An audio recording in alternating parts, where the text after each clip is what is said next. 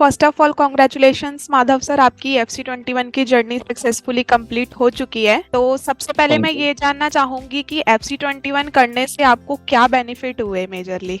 तो I think major benefit तो ये हुआ कि अकाउंट्स में कई चीजें स्ट्रीमलाइन हो गई। राहुल सर के क्लास करने के बाद हम काफी मोटा मोटी स्ट्रक्चर्ड था, बट देन कहीं कहीं कुछ लैप्सेस थे।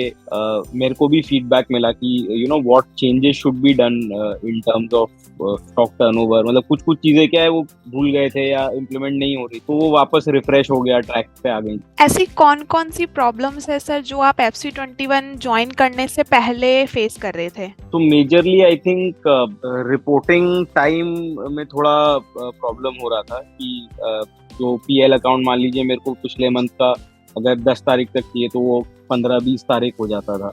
बट अब आई थिंक एक तो काफी टाइम से हो रहा है वो। Secondly ratio analysis and these things were missing. Stock turnover कितना हो रहा है, कितना होना चाहिए, बेंचमार्क सेट कर उस पे काम करना, ये सारी चीजें नहीं हो रही थी। तो फ्रॉम अ मैनेजमेंट पर्सपेक्टिव जो रिपोर्टिंग होनी चाहिए वो नहीं हो रही थी, अकाउंटिंग हो रही थी, तो वो स्टार्ट हो गई। I think that is helping. Okay sir, आपको लगता है ज्यादा से ज्यादा बिजनेस ओनर को FC21 का प्रोग्राम करना चाहिए और क्यों।